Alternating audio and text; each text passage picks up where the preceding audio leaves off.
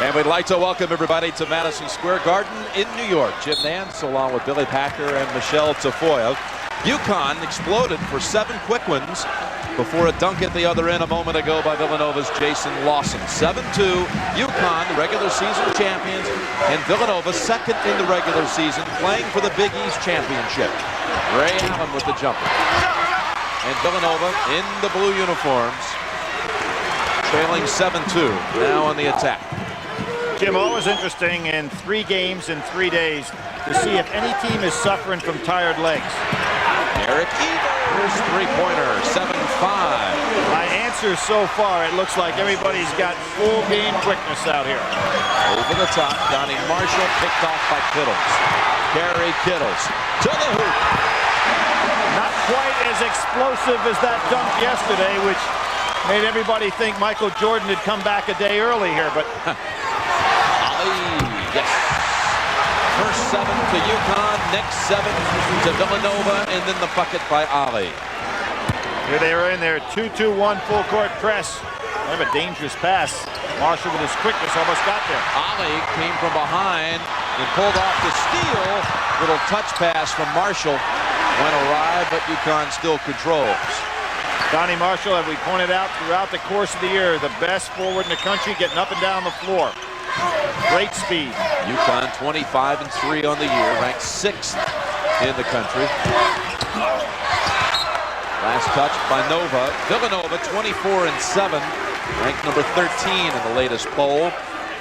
And in the Big East tournament, UConn traveling through Pittsburgh and Georgetown to reach the final. Villanova through Boston College and then Providence. Shepard, baseliner. He was hacked. On the arm, Shepard, not a high percentage shooter from 3, but he had such a wide open shot. Jim, an incredible day in college basketball today when you take in consideration the ACC with their number 1 and 2 seeds. Right here, the number 1 and 2 seeds. The SEC with Kentucky and Arkansas, number 1 and 2 seeds. Just incredible. Really a super Saturday, too. Oh, yeah. I mean, what a day that was. Overtime games galore. Last second shots, 11 number 1 seed teams knocked out, including Kansas. Primed for the best tournament ever, I believe. Shepard gets them both, 11-7 UConn. And there is some speculation here that should UConn win this game and Carolina fail to win the ACC final, then the Huskies could be looking at a 1 seed in the East. Of course, the last time we had these 2 teams, number 30 put on the best performance of the year in college basketball. There he is, Kery Kittles with a 3. Doesn't look like he's backing down. I ran into him walking on the street last night, going back to the hotel. He said he was ready to play. They've dropped back into a little bit of a, looks like a zone setup, but they're playing man-to-man. No movement by Connecticut. Underneath. Not the kind of set at all that Steve Lapis wanted. Lawson just wasn't active inside. Well, I know Kittles beat Team Curfew. Did you? Oh, yeah. Okay. It was in the 10 o'clock range. Kittles, what range he has, but not that one. Donnie Marshall jumped out on him and altered the shot. Allen, he led the shot way too long. That one, but Knight follows it up for 2 more. Ray Knight coming off a fine game yesterday. 8 for 13 from the field, 16 points.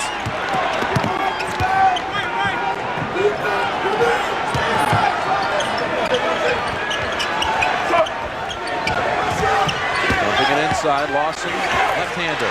He was a perfect 7 for 7 yesterday. He's 2 out of 3 in the early action. Jim, Knight can't let Lawson sit down the low post, 6 feet from the hoop, back behind him.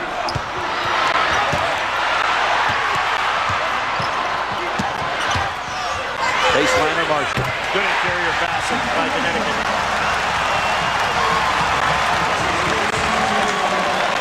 17-12 Huskies. All 5 starters for UConn in the scoring column. You see Donnie Marshall playing off Cornegay. Cornegay's got to get a little closer to the basket, be a rebounding factor. He hasn't been today. Marshall's quickness beat him to the ball. Knight with a block on that attempt, and Allen with the fast break hoop. Terrific crossover there, Jim, and it really froze Haynes. He had him, but he could handle him if he stayed in that lane, but the crossover dribble just eliminated him. Connecticut showing that full court press and dropping back to man each time. Nice defense.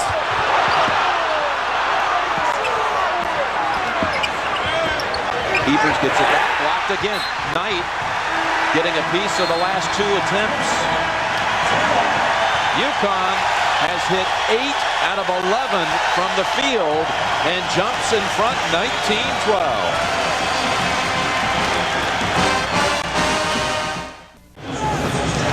First meeting this year between the two. UConn won by 15 at Nova. Big rebounding edge in that one. But in the next meeting, mid-February, UConn played at home as the #1 team in the country for the first time in school history, and they got blown out 96-73 by the Cats. And that was the game Billy mentioned. Evers short. Kery Kittles in that game with perhaps the best individual performance of the season. That's 37 fighting bronchitis. And that upset win at Storrs, Connecticut. Jim, I think that I had a chance to watch 3 of the great ones this year. Rexford's great performance against Michigan, and then Randolph Childress the other day against Duke University with that 41-point effort. Marshall with his firing 3. Villanova, Alvin Williams in the game now. Point guard, sub for Jonathan Haynes. Nice move.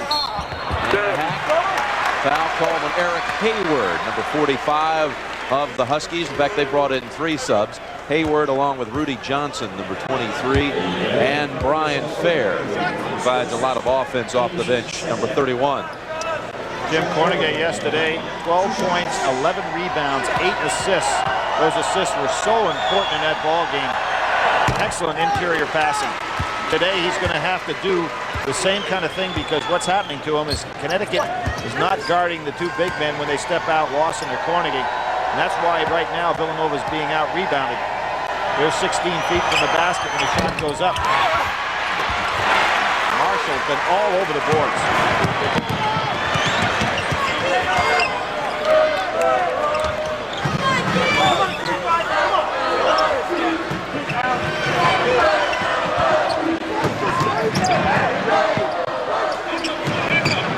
Brian Fair had 10 points yesterday in 14 minutes of action. Now under 10 on the shot clock. Not unusual for this man to line it up. There he is. 4 20-point games this year coming off the bench. Explosive score. That 3-pointer gives him a 9-point ball. Hayward now the guy that's playing right underneath the basket. Kind of a one-man zone. Evers banks it home. Kept tangled with Ollie. Fair recognizes that he's got a man down, holds it up. Interesting. Jim Calhoun going to that bench early. Getting pressure at the end. Charge against Donnie Marshall. Ray Allen and Daron Sheffer will come back into the Husky lineup when we return. UConn with the early advantage. Jimmy, ACC, SEC, Big East, are those teams fighting for 2 spots or 3? Based on what happened to Kansas yesterday. You talking about 2 number 1s? 2 number 1s or 3 number 1s? I think Kansas is in as a 1, so is UCLA. So I'll say that group of 6 playing for the other 2 number 1 positions. I'd say the best final day of those 3 conferences ever together on the same day with their number 1 and 2 seeds playing for the championship. Touched by Kurt King, number 32, in the game now from Baton Rouge, Louisiana. Here's Ron Wilson, senior co-captain, replacing Cornegay. Arkansas giving Kentucky fits today. Razorbacks up 6 with 10 minutes to go in that SEC final. Wilson's solid performance in the win over BC, 7-5. Look at Lawson. Yep. He'll go to the line for 1 more. Lawson, of course, maybe his biggest day this year was his performance against Rasheed Wallace. Although he's had a number of outstanding games. Wallace yesterday for North Carolina having his career high in that terrific overtime win over Maryland. The two Philadelphia products. This guy carried us, said Steve Lapis, after yesterday's 15-point victory over Providence College. They lost 7-7 from the field. Travis Knight is back in the game for UConn. And they go to a 2-3 zone now. Wilson, who doesn't have the flexibility that Cornegay has, matching up out of this thing.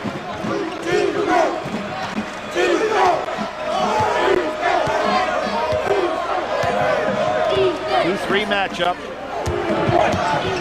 Nice job by Kittles hedging off. Tough pass, got it to Knight. Well, that was Lawson. King puts it back up for two. You're talking about Lawson blocking one of those. And he came all the way across the lane for that one. Here's that little diamond press that was so effective against Georgetown yesterday. Connecticut finally found the answer to slow down Allen Iverson.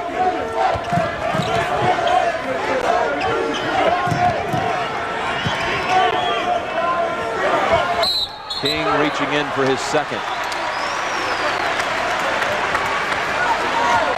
We have some new entries into the NCAA field. Colgate make its first trip, along with Florida International, Gonzaga, Mount St. Mary's Nichols State. Jackie Bruin taking that Colgate team in, played a very difficult schedule early on against outside opponents. And the win over Navy, Colgate in for the very first time. Knight altered the shot. Jonathan Haynes back in at guard for Villanova. Nice matchup, Kittles and Allen. Right now, good job by Shepherd. What in the world defense are they in? It's a 2-3 looking zone, but they're matching up completely with it. Shepherd continues his turnover pattern, Jim. Haynes missing inside. A loose ball with the Huskies coming out of the pack.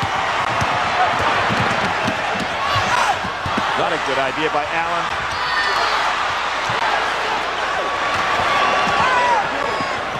Tough pass. Jim Allen usually on the wings. And when you have a fast break, and Jim Calhoun's screaming at him and saying, pass the ball. But normally he's on the wing to be the recipient on the 3-on-2 breaks. There he had the ball in the middle, and you can see who's coming into the game. Kevin Ollie, the guy that would normally have it out there. Ray Allen should have pulled up at the foul line. We saw the graphic, Gonzaga into the NCAA field. Most famous alum ever from Gonzaga. How about a John Stockton? Most famous basketball alum. Most definitely in that regard. You know, I think about him. The only reason he made the East-West game as a senior is Gonzaga was up in the Northwest, or else he wouldn't have even been looked at by the NBA. And here he is now, the all-time leading assist man in the history of the league. Bing Crosby also went to Gonzaga. Well, I put him over Stockton. He didn't have much of a jump shot. It's a good matchup. Lawson has 9 for Villanova. 24-20 UConn. They were both smooth. Yes. Let's put it that way. Now straight man-to-man, Villanova gets out of the matchup.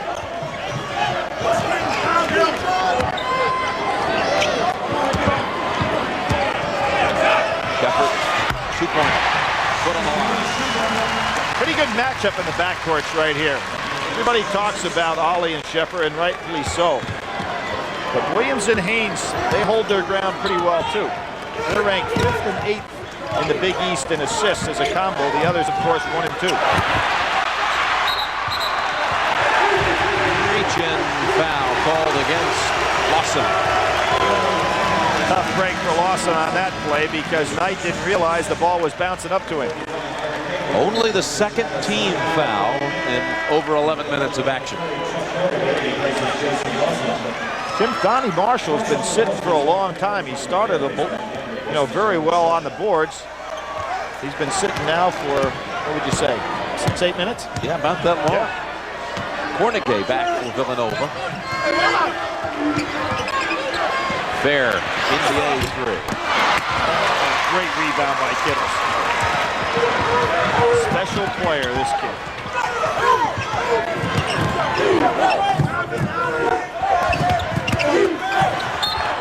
There's that passing technique that Cornegay used so well yesterday for those 8 assists. He looks for the open man. And what a difference. Of course, the first time these teams played this year, Cornegay was just getting used to being in the lineup. Wasn't the starter then. Wilson working on King. King pulls it down. Hustle by Wilson, getting back down court. Really stopped that break. Allen, yes, three-pointer. 29-20, back to their largest lead, matching an earlier 9-point lead. UConn trying to win the Big East championship for the second time. Villanova's never won it. Alvin Williams answers at the other end. Terrific change off the pass by Williams. Alley hammered. Call it on Williams. Williams hurt his knee, Jim. Coming up after the Big East championship game, we'll head over to the studio for the Road to the Final Four show. Pat O'Brien, Quinn Buckner, George Raveling. We'll have all the scores and highlights, and joining them live will be Nolan Richardson, Rick Majerus, and Gene Cady. And we'll also take a look at the UMass season. It's coming up next on the Road to the Final Four, 6 o'clock. Tonight we'll have the selection show. Jim, George Raveling, a little rooting interest, former Villanova alum. A couple of things about George. He was the first black athlete ever at Villanova, the first black captain ever of one of their teams, the first black coach at Villanova, and he's a guy to this day that has the second most rebounds in a game with 29. Howard Porter leads with 30. So George had quite a career and was, as he is now, a guy that led the way in many respects.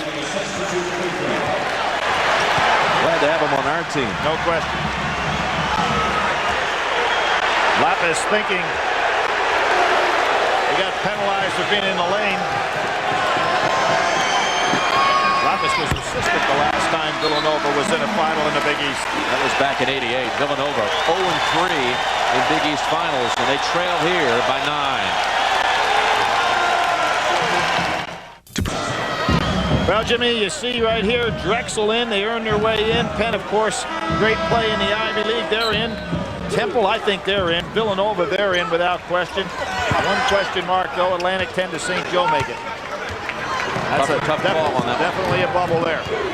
St. Joe's 42nd in the computer this morning, so that is definitely bubble territory. Great year for the Big Five. So 4 in right now from Philadelphia.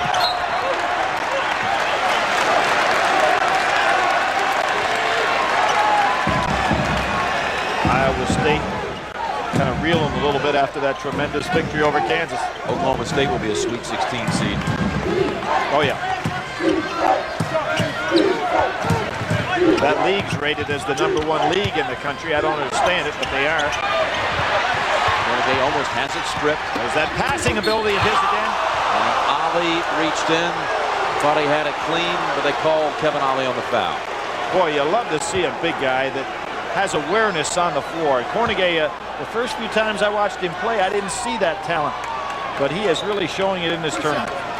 Cornegay's career high came back in December of 1992 when in a North Carolina State uniform he faced UConn. He scored 22. Thought it was 21, but we could argue over that. But kind of interesting, he only played 7 games down there. And yeah, I'll tell you the other thing interesting about him. He came within a few minutes of declaring to go to the CBA.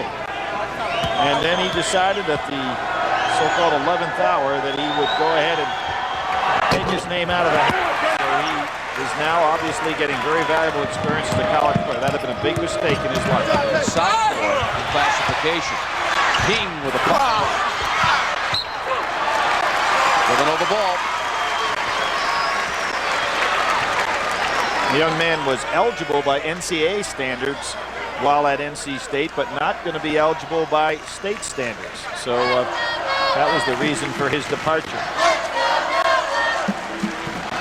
Jim Burr, Ted Valentine, Timmy Higgins, the officiating crew today. And near the conclusion of this game, we'll be selecting a genuine Chevrolet player of the game from each team. Chevrolet donates a $1,000 scholarship to the General Scholarship Fund of each school. So far, it has been Connecticut all over the boards in this ball game, dominating, and that shouldn't be the case for Villanova. Cornegay gives it up to Kittles. Back outside. Lawson can't stop that one. Good pass from Cornegay. Well, Jimmy, you look at these two teams size-wise. You say, how is Connecticut #1 in rebounding, and Villanova last in rebounding in this league? With Cornegay and Lawson, Evers, Kittles, it's good size. Ames, not small. Didn't have Cornegay for the full season. Wilson joined him Wilson was February. Yep. Good answer. And the arrow belongs to Villanova. One thing missing a little bit here from the last matchup with these two, the firepower of Kittles. He has 5 points so far, 37 again in the last one. And Ebers. You know, Ebers in that ball game was sensational from the outside with his outside shooting, 7 of 9 threes in that game. And he kept everything wide open. I mean, they had to play him so tight with the threes, and it really opened up for Kittles, because he was making everything. There's Evers. Cornegay rips the rebound, and he is held. And that'll put Villanova into a 1-1, 7th team foul. King collects his 3rd. Jim Calhoun in great shape in regard to foul problems.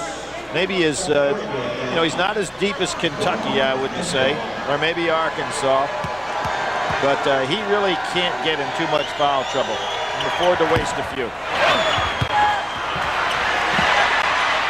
Lawson, left hand, second left-hand shot like that he's made today.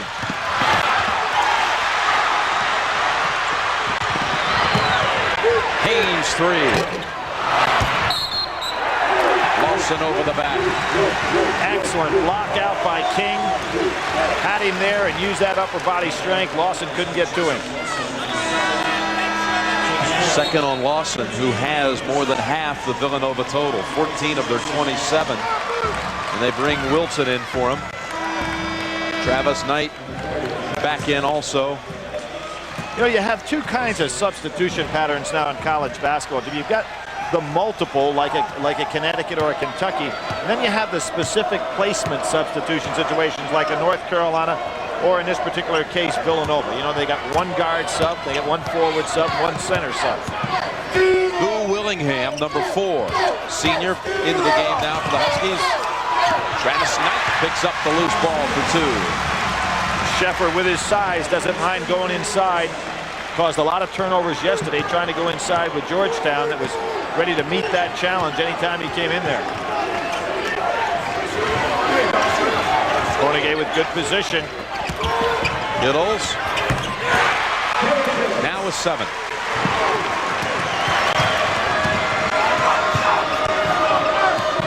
And of course, with the #1 and #2 assist men in the league, they've got 2 point guards in both physical ability and mental approach to the game. Willingham kept it alive. Allen picks it up. And it drops. And he'll shoot 1. That was some shot, Jim. Connecticut just awesome on the boards today. Difference in the game. Ray Allen makes the spin move without using his hand to pick up ground. So gifted going inside as this young man. That ball was kept alive, Billy, because of Nantimbo Willingham, who tipped it out to Allen. Willingham, senior from Atlanta. Can't say enough about this senior class that Jim Calhoun has put together, Jim.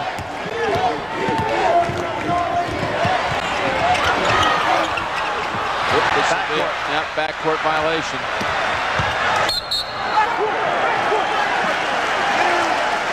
.412 to go in the half. Huskies with a 6-point lead. That's only the 3rd turnover committed by Villanova. Well, that isn't surprising because this team has a great assist-turnover ratio. 147 on the positive side this year. Ooh, wow. High wire act by Allen. Allen would have been smart to let that go in the backcourt and then pick it up. He certainly can do that. Tried to balance himself.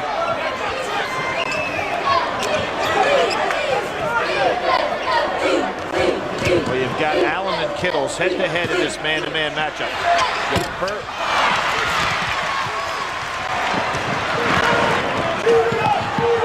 Both teams looking to run at every opportunity. Haynes set up on the wing. Not getting any perimeter shooting today, Jim. Swinging it around to Ali. Terrific screen that time by Knight. Wouldn't let Cornegay get out. You got to hit those shots. Nobody really tearing it up from the perimeter. This man can. Evers off a screen from Zeffie Penn. Jim, Zeffie Penn has put in some solid minutes. He's actually 4 for 4 in the tournament so far. 2 for 2 in both games. Not getting a lot of playing time, but been very productive. 8th man on that Villanova rotation.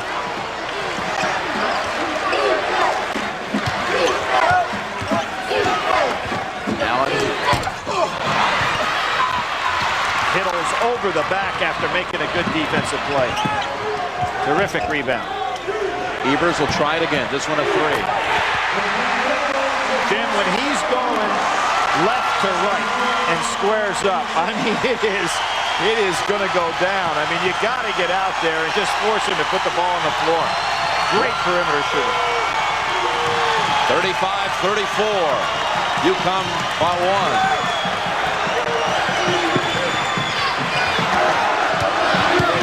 Shepard got baseline. Cornegay rejects.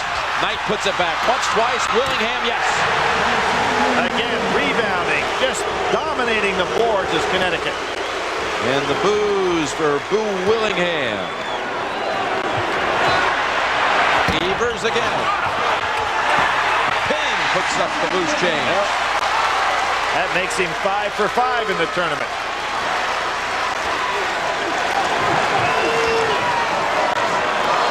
Well, he's playing right alongside Penn Plaza. That shouldn't surprise you here at Madison Square Garden.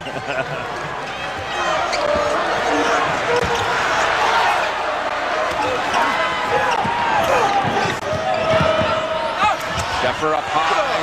Tip Knight. Allen. Well, you can't say enough for this Connecticut. The way they're pounding the boards. Steve Lapis exasperated over there because his team staying close with perimeter shooting, but eventually that's going to catch up with you. Cornegay showing an outside shot. 39-38. Huskies, 1 minute to go in the half. Hard fought first half. Villanova's won 2 of the last 3 against these guys. Remember, they won last year in their march to get themselves the NIT. Willingham inside. Allen stripped by Kittles. Back to him. And the lead for Villanova. By giving that ball up, Kittles put himself in perfect position to be a finisher. Unlike what Ray Allen did on the break a few minutes ago. Remember when he tried to take it all the way himself? Terrific basketball game here. That's the Wildcats' first lead of the game. 1 second differential here. Game clock to shot clock, so UConn can milk it to the end. Ooh, what a screen. Must hurry now. Ollie not in time. Shot clock expired. I pointed out the 1 second differential. He didn't get it off in time. Jim, they had to get the screen. They had to shoot right off the screen at the top. There is an official's timeout with under a second to go.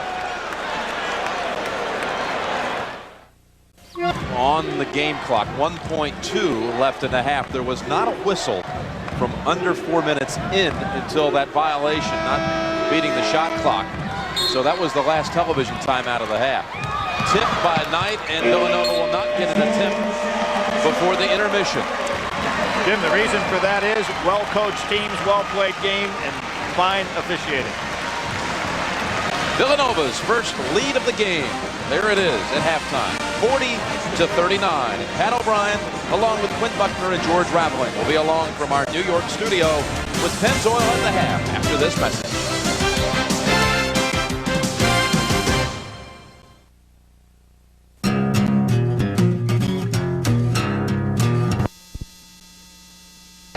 Startling. 24-12 rebounding advantage, but not leading. And Jim, a lot of those offensive rebounds on the putback situations.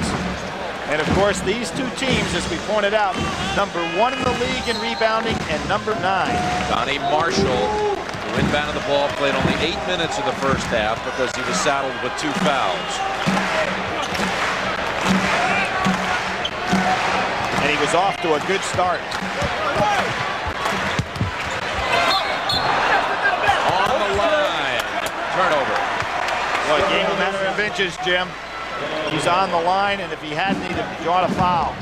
Here we see that 2-2-1 full court press. Connecticut has not been able to turn it over, but they show it and go back to their man-to-man. Billy, we're going to get an update right now. Back to our studio we go with Pat O'Brien.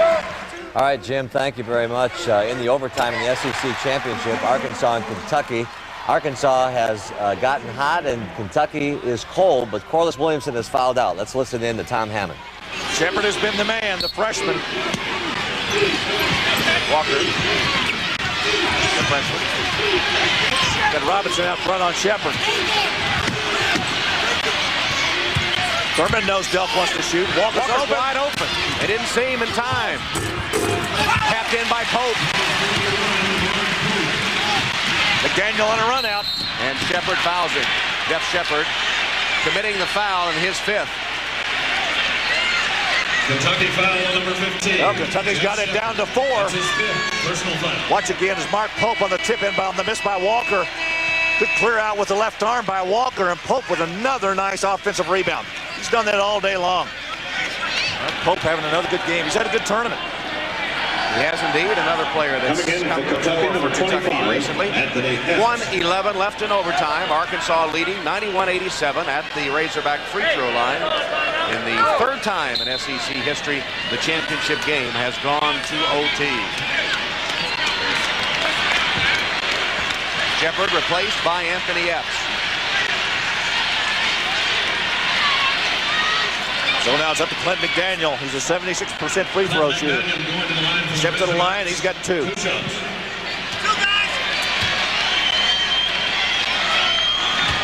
Both teams in the double bonus. 2 shots the rest of the way.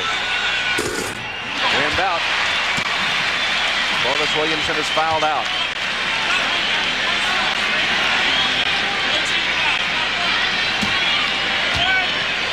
Free throws have played an important part in this game today. 2 missed by Rhodes and now 2 missed by McDaniel. Can Kentucky come back one more time? They're down 4. Delk off a screen. Beck fought his way through it. Walker to the basket. Double pump, no good. And not a very good shot. Robinson with an outlet. Tipped out of bounds by Walker. Nice effort by Anton Walker. He's made several of those going down the lane today. That one he couldn't get to go in.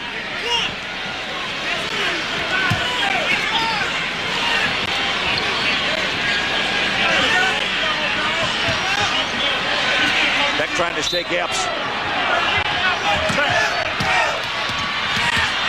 Delk committing the foul on McDaniel, who just missed 2 at the free throw line. This is a guy I'd go after. I mean, he's got to be thinking about the 2 he just missed. His 1st personal foul. Arkansas has hit 10 of 15 free throws today. Kentucky 21 of 28. The Wildcats have gotten 11 more points at the line, trying to offset that 3-point shooting advantage Arkansas shows. 50.4 seconds to play. Daniel's generally very reliable at the charity stripe. Only 1 of 4 today.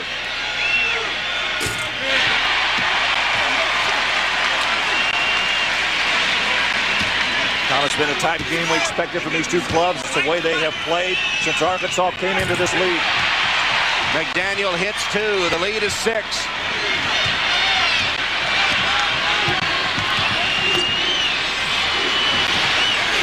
double screen for Delk. They want him to shoot the three. He does, and he got one. It's a three-point game. Arkansas quickly inbounds, and a foul of Beck with 37 seconds left. Kentucky foul. Number 41, Mark Pope, his third personal. Watch the double screen set for Tony Delk. You know what? You can't keep a good shooter down. See the screen? It's almost offensive blocking. Good move. Delk gets open. Pope and Walker help. And so we'll keep you up to date on that score and that game as the day unfolds and take you back to the Garden, where you see the score is 52-42, and we'll all be back here in a moment. Stay with us. Now, about 12 seconds left. Let's go to the Georgiaville. Hit the game winner in Fayetteville. Way downtown, no good. Rebounded by Delk, and a foul. Unbelievable. There's still 6/10 of a second showing on the clock. I think Kentucky thought they'd won. They're getting them back off the court now. Still 6/10 of a second, and free throws upcoming.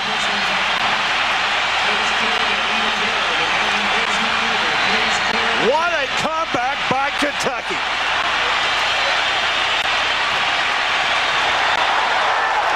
Anthony Epps, who had his fingers crossed on the bench when his teammate Roderick Rhodes shot to win it. He had his back turned, hits 2 pressure free throws. Maybe there's something to that. Cross your fingers, turn your back, then walk out and win a game. Delk now with a chance to ice it. Scotty Thurman hit one shot it way beyond the arc. Arkansas led by 19 in the first half. Kentucky here in overtime was down 7. How about the rebound by Delk on the miss by Thurman? Look at Rhodes. Riddick. Rhodes is saying, oh, thank goodness. He misses. Beck will fling it the length of the court. And an improbable, amazing comeback by the Kentucky Wildcats to win the SEC tournament. Amazing, and this, ladies and gentlemen, is why they call it March Madness. Let's go back to Jim Nantz and Billy Packer. Thank you, Pat. This phenomenal weekend continues.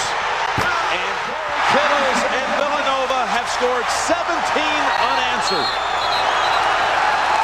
Timeout called by UConn, their second one they've used. We'll be back at the Garden in just a moment. Wall with 18-18 on the game clock. And now Villanova with 17 unanswered. 59-42. Connecticut has had to use 2 timeouts during this Villanova spurt to try to calm them down, but the Huskies down big now. Jim, you didn't see the run coming either. You know, the way Connecticut had been pounding the boards in the first half. But remember one thing, Connecticut was down 40-15 to Pitt this year and came back and won a game. Yeah, that was the first half, though. Yep. Here they got 14:30 remaining. They're going to have to get something exploding, but what's happened is that Villanova's picked up their defense and really getting their break going. Ryan Fair beats the shot clock with a 3 of his own. So that ends the run at 17 unanswered. What a comeback by Kentucky, and I think that win by the Wildcats gives them the 1 seed in the Southeast and probably will place them in Memphis, Tennessee at the Pyramid for their first and second round games. Arkansas likely to drop back to the 2 line. And during that Villanova run, this was something that typified that Villanova series. Did you notice Sheffer had Kittles by the shirt and still couldn't hold him off? Young man is just on fire now. Villanova has turned it over in this entire game only 4 times. Fair, not this time. Jim, still a lot of time. 14 minutes on the clock. You don't have to revert to wild outside shooting. They need to get back to the solid game they played, then hope their defense can turn it over some, as Villanova did against them. Example right there. You mentioned the comeback against Pitt by the Huskies. They've really kind of specialized in other occasions too. All season long, it seems like they've specialized coming from behind. But there's a three by Kittles, and the deficit for the Huskies is 17 again. And the Big East Player of the Year specializes in making sure you don't make a comeback. Allen driving for two. Kittles has 22 for the Wildcats. He's 9 out of 11 from the field. And the fact that Connecticut wasn't scoring in that period took away any chance they had to get into a press. Well, 10 years ago, Villanova played the perfect second half. This is pretty close to it. Ram three. 64-50 Villanova. And a near steal by Brian Fair. Good judgment by Kittles. Haynes three. Jim, it's not as good as what happened in Lexington, Kentucky 10 years ago, but this is some half. Fair to the line for two. Nova shooting in this half. 11 out of 12 from the field. You know, kind of interesting when you think back of that championship that Villanova had under Rollie Massimino. The last game of the regular season they played against University of Pittsburgh, got blown out in that game. Rollie benched all of his starters. They went into the Big East tournament, had a comeback and beat Pitt in the first round, then got knocked down in the second round by St. John's. And they just sat around biting their nails, you know, on that Sunday afternoon, thinking they might not even get in the NCAA tournament. And then, of course, had those close 1-point, 2-point victories until they got to Lexington for what became the perfect basketball game. 10 years ago this season. Right. Not only has Villanova hit 11 of 12 in this half, they've hit their last 8.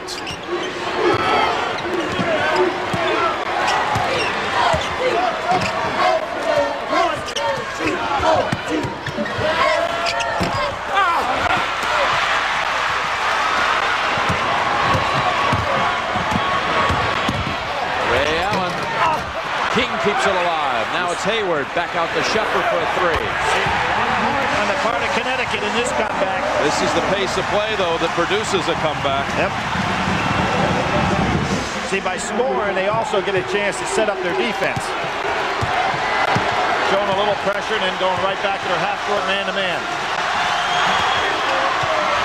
Evers.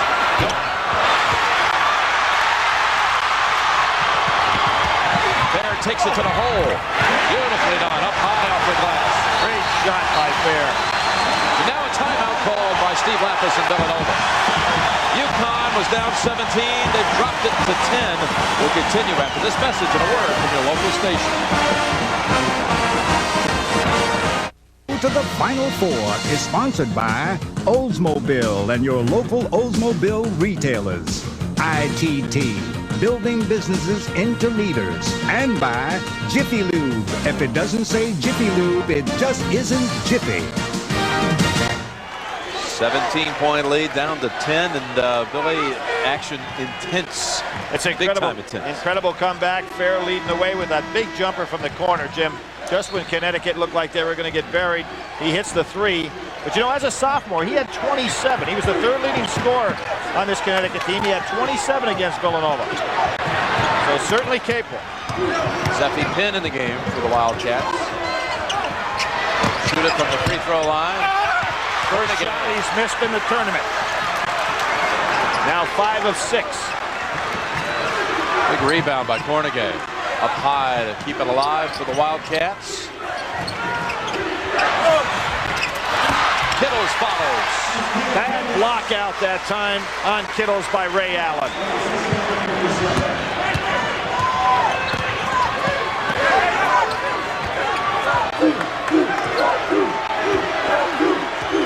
Jonathan Haynes ready to come back in with Kevin Ollie on the side. The two leading point guards.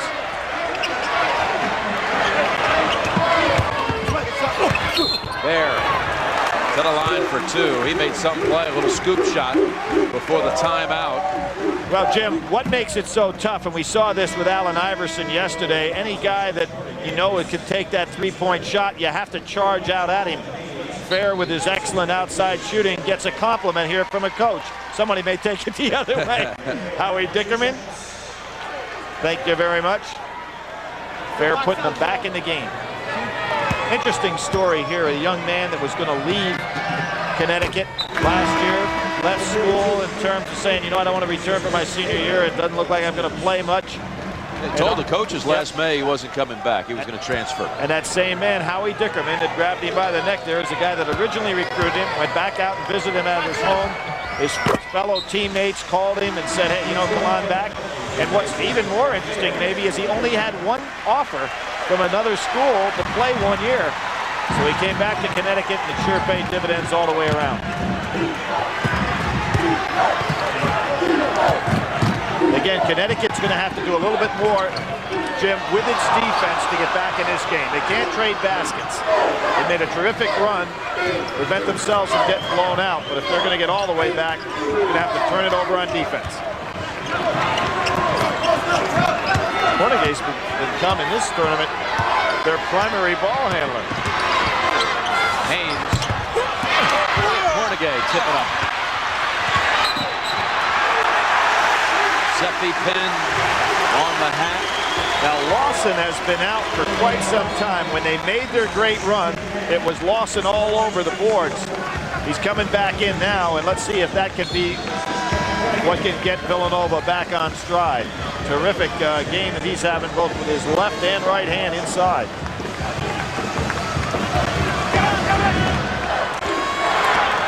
And yesterday, of course, he was 7 for 7. Hard to say which player's been more valuable for them in this tournament. Right. There's the 2-3 zone with Lawson down in the middle. Remember, they used this in the first half and matched up out of it. It's exactly what they're doing now.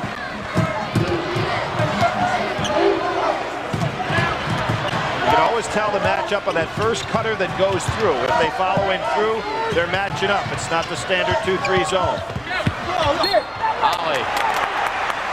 Out of bounds. Nice move by Steve Lapis, changing into that defense. Try to take away some of those one-on-one moves that Connecticut was putting on them.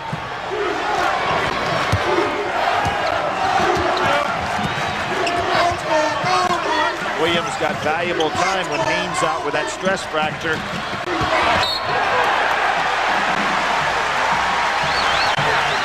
Haynes missing 4 games, and kind of interesting. Wilson out, of course, for a good portion of the mid part of the year. Foot injury, and then Haynes out as well. There's that 2-3 matchup again. Now watch when a man cuts through, particularly from the perimeter. Kittles will stay with him, as does Haynes with Chapman. Allen from the deep in the corner.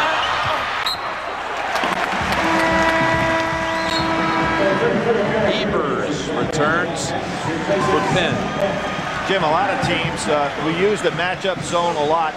You'll see teams play against them, and first of all, you got to recognize what the defense is. But then after that, they'll run a lot of their man-to-man offense against those matchups. Let's see if Connecticut starts to do it themselves.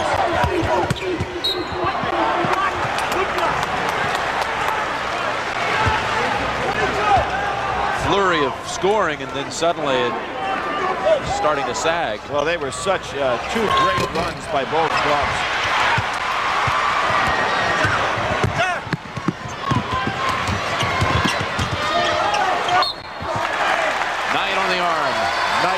Getting in position, had to assume when a man's going down the sideline that you step on over in front of the, cut off a passing lane. Villanova has never won the Big East tournament. 3 times before they've been in the final, but they lost triple overtime to Syracuse 81. Georgetown beat them in 82. And their last appearance in the championship game, 88. Syracuse that time. Billy, if your alma mater, Wake, beats North Carolina today and Villanova wins here, who's the 1 seed in the East? Well, UMass?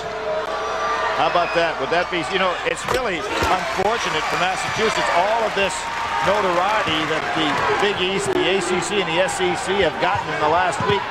Here you have UMass winning their 4th straight conference championship. The game taking place at UMass, not getting the same kind of attention, but it's not like they've gone away from the picture. Ray Allen with a floater. Yeah, you're talking about a UMass team that's 4th in the computer. Right. But they played a very difficult schedule. And of the games that they lost without Marcus Camby in the lineup here at midseason. So he's back now, and they'll be a tough out, regardless of where they're seated.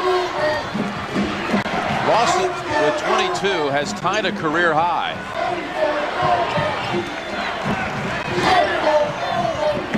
And that 22 was against Ryder, not in the Big East final. 1 for a career high there. Got fouled on that play. No call. Now try to get her under 10. Allen with a 3. That's his spot too, Jim. I think it's time to get Evers a shot if you're Villanova. He's been quiet. Well, they got it to him, but it's a little bit too late. Whistle first. Yep. When you got a guy like that, and the game starts getting a little tight, you like to go ahead and work the ball, occupy the defense a while, make them work, let Evers kind of drift out to that 3-point line and at least try it one time. Kirk King has 4 fouls now, and he is taken out of the game. Donnie Marshall back. Remember, 10-point lead for Villanova. Yesterday, Villanova, there it goes again, the same play. I was just ready to talk about the play that Villanova pulled yesterday perfectly in the out of bounds, where it looks like Kittles is going to go up the lane to set a screen, and he doubles back. Now watch this. Kittles will look like he's going to screen, then he pops right back inside. And remember yesterday, he got a perfect layup on the play, and he would have had one there if he hadn't been fouled. 5th team foul against the Huskies, so no shooting situation. 2 away from the bonus.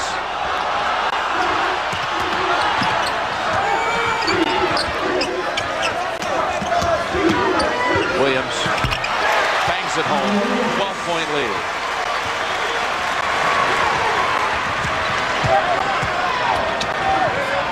Allen gets it to 9.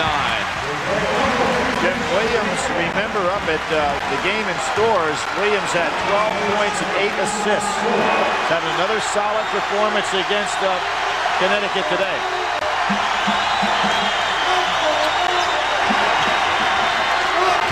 Kittles. He's on the offensive glass. Kittles cut to the line. Look at that. That's the second time in the last 4 or 5 minutes that Kittles has not been blocked out, and he is so tough going for rebounds offensively. I mean, he plays obviously like a guard, but when he needs to go inside as a forward, he can do it as well. Double screen for Ray Allen.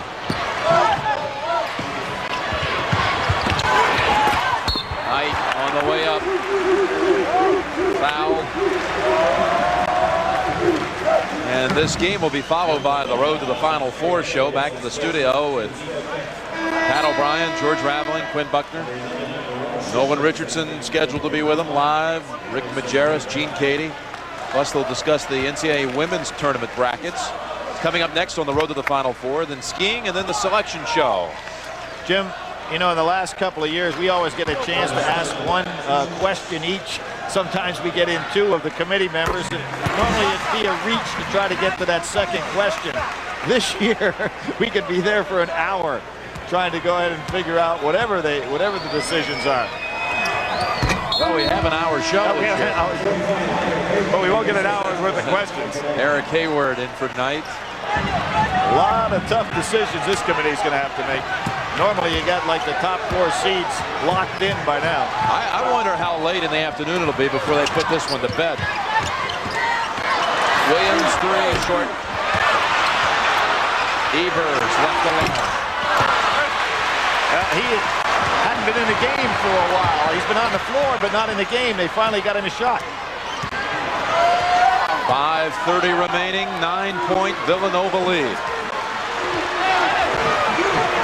Try to get fair a 3. There it is. That was a great move by Connecticut. And now a 6-point ball game. 75-69, Villanova. Well, Jim, we talked about that comeback against Pitt right at the time they started to make their move. What were they down? 17-0 run? They've been down 17 twice, and now they're down 8. Ollie pushing it up. That's a 3. Shepard. Now they're down 5. Great basketball.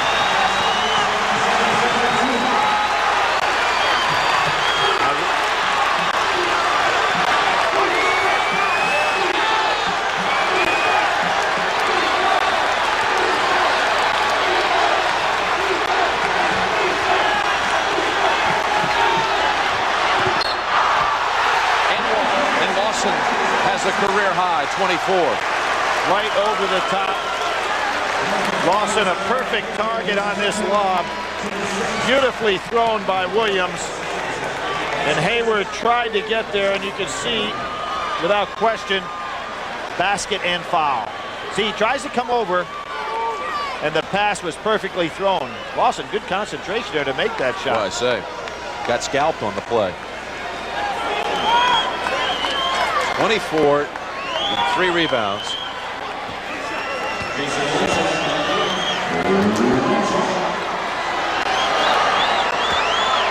Young man, #1 in the Big East in block shots this year. Having a big tournament. Having a big offensive game today as well. Tried to get Ray Allen in, and they didn't get him in. I thought I heard the horn. Yeah, they did, and he should have gotten in the ball game there. He'll get in now. Haynes on the bump. That is team foul number 7 on Villanova. Make that 6, so they're not in the 1-and-1. It's number 6. Donnie Marshall sits down, and you know, Jim, at the time, it just seemed strange. Marshall started this game very well today, and then because of foul trouble, sat down for about half of the first half. That really hurt Connecticut. Ollie, after misfiring the triple, now reaches in. It's a 1-and-1 at the other end.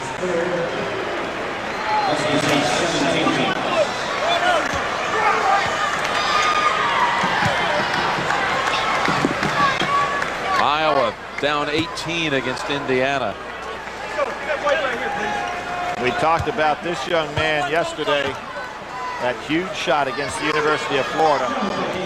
Florida, of course, got knocked out yesterday in the SEC semis. What do you think, Jim? They're in there? Florida, Yep. in. In, okay. 34th in the computer. 17 and 12. Final 4 last year, strong conference. They're in. One of their big wins at Wake Forest. They beat Texas also. Yep. The Longhorns are in the tournament. Yeah. I mean, that's a pretty strong road win against a team that right today is still fighting for a number 1 or 2 seed.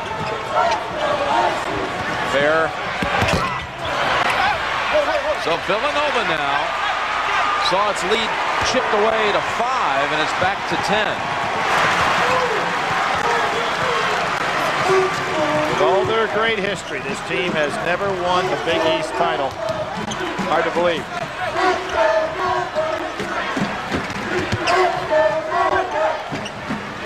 Come on! Three-pointer, big shot, Evers. 13-point bulge. That really ends runs with that guy.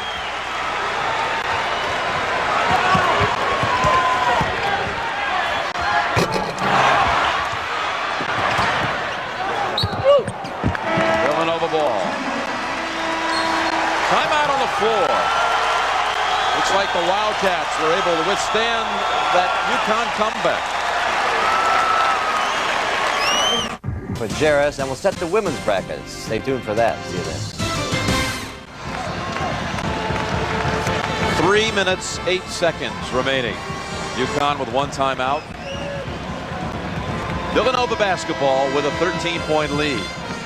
Now you got to start thinking about most valuable players in the Big East tournament.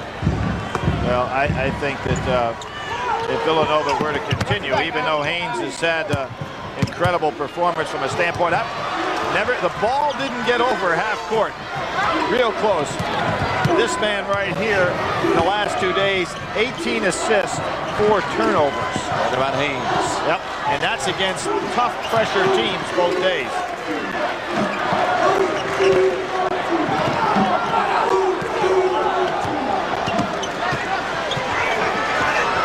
Knight now switches off.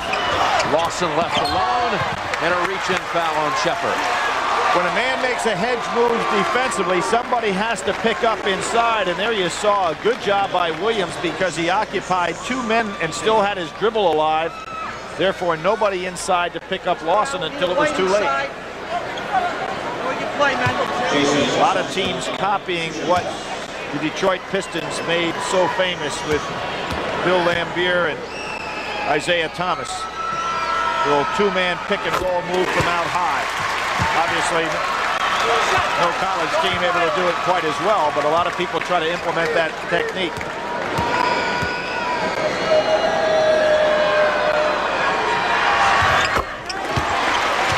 Nothing Lawson isn't doing well, Jim, and he is a good free throw shooter.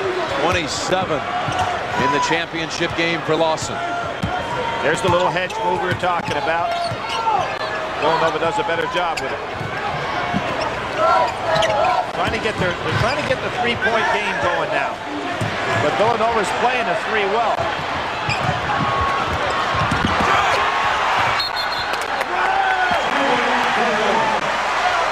Timeout was called by Villanova. They pick up the loose ball, and from the floor, they burn a timeout. Lead by 15. Up. Road to the Final Four show. Pat O'Brien hosting back in our studio. Quinn Buckner, George Raveling will be with them also. Who's in, who's out? They'll talk about it right after this game.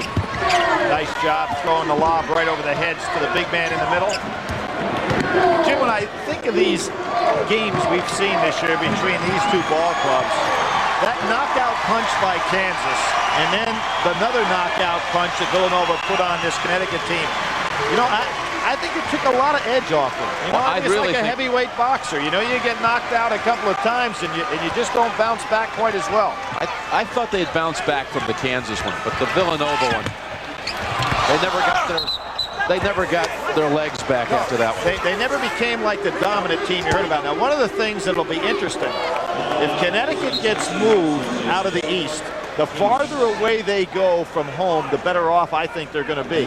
For the simple reason, you get away from the media, you get away from your local people, you just get a chance to go back out there and regroup. We've seen that happen to a lot of teams that eventually then were able to regroup, get themselves going, and work their way to a Final Four, because the team certainly is capable. That's what I was talking about yesterday, though, how this game today could kind of like exercise from their mind that loss to Villanova, get that out of their system, get their confidence back. How about this today? What does this do to them? This game is definitely not a confidence builder for Connecticut, without question, and that's why I'm saying the best thing could happen to them to be shipped west. I think that's where they're going. Well, I don't know. What do you think? I don't know, but it'd be the best thing that could happen to them. And play on Friday. 1 of 2 for King.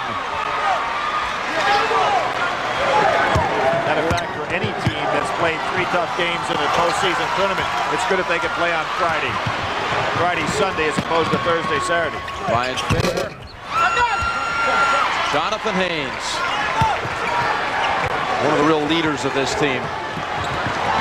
Originally signed with Temple, another team that'll be in the NCAA tournament, but never played for them, obviously. He's come over and had an outstanding career at Villanova. Rudy Johnson, number 23, comes in for Connecticut along with Yuri Cohen-Mintz. You know, we think of in the Big East, not much dominance, but there have been some crazy situations between certain teams. Villanova won 17 of the first 18 Big East games that they played against Connecticut. Connecticut has won 7 of the last 9, but this is going to be 7 of 10 now. Matter of fact, 3 of the last 4.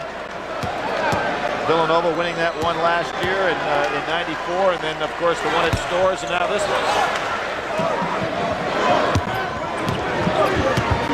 Kind of anticlimactic compared to the way this thing was at halftime. Lawson. Sheffer 3. 88-76. That'll send Alvin Williams to the line. 59 seconds to go. And Coach Steve Lapis, 40-year-old, third-year coach at Villanova, coming back to his hometown to win another big crown. He won the NIT on this floor last March. He was a graduate of CCNY and was the team captain of the Beavers. And out of college, coached over in the Bronx at Truman High School. That's when he latched on with Rolly Massimino, was an assistant for Coach Mass. Back when they won the championship in '85, came back to Manhattan, coached the Jaspers for 4 years, Billy. Yep, and remember his last year there, last second shot put him out of the NCAA tournament. Same thing that may have happened to Manhattan this year with St. Peter's hitting that dramatic shot. Knocked them out of the championship. Followed up and in by Fair.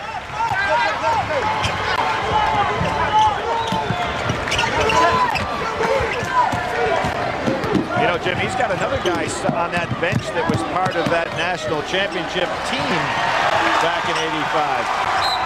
You know, Steve Pannone was a player there. He's now an assistant at Villanova.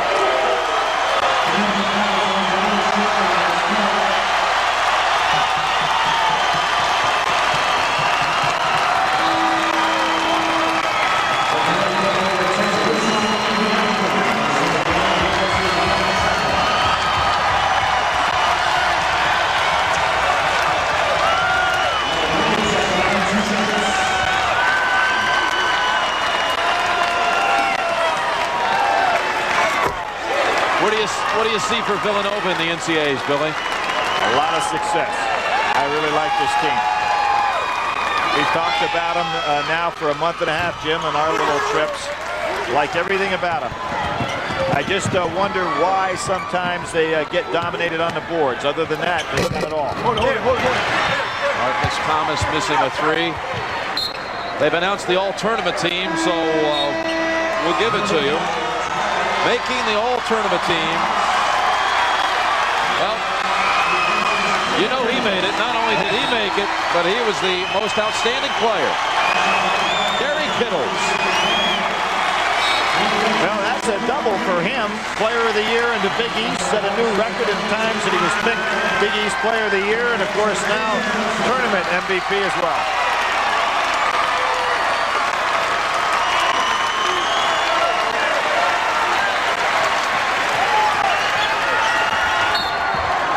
There on the reach-in. The all-tournament team, Austin Crozier of Providence, Abrams of Boston College, Iverson of Georgetown, Ray Allen of Connecticut, Jason Lawson of Villanova, and Kery Kittles. Pretty big. Most outstanding player. Pretty big distribution right there. Of course, Dania Abrams played in the play-in game where he had 38 and then had 30 in the first round. So, what, 5 teams represented there? Or guys on the all-tournament team. Kevin Cox at the line. Greg Yeomans. He's the only member of this Husky team that has a Big East championship ring. Greg Yeomans, number 22. Teeing it up. And there you see Greg Fragakis, or Nick Fragakis, coming in for Villanova. Cox. Swish again.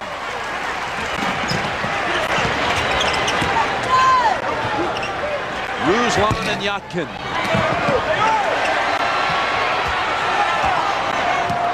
Adam Schaefer. Jim Calhoun saying he wants no fouls. Just let the clock run out. Got one anyway. Jim just is screaming, I said no fouls, but in fairness to the players, a lot of noise in here, and they just didn't hear them.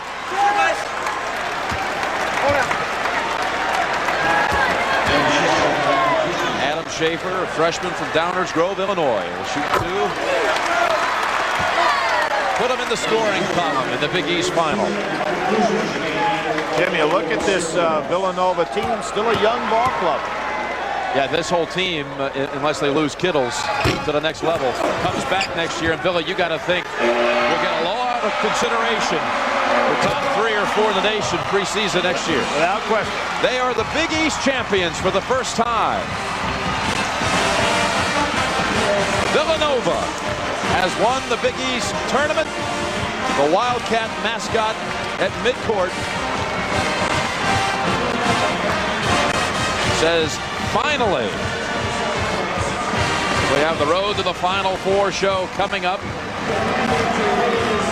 And we'll be heading over to our studio with Pat O'Brien and company.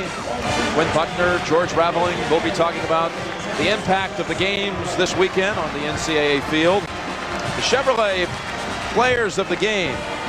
Jason Lawson of Villanova, outstanding today. Career high 27. And Brian Fair, 17 off the bench for Connecticut.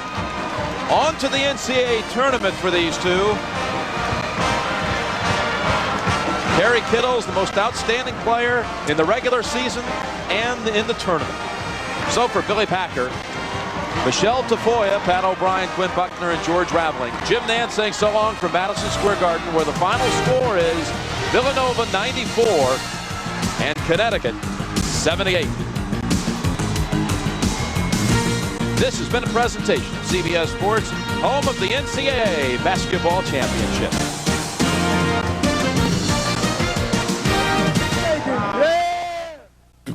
Do you know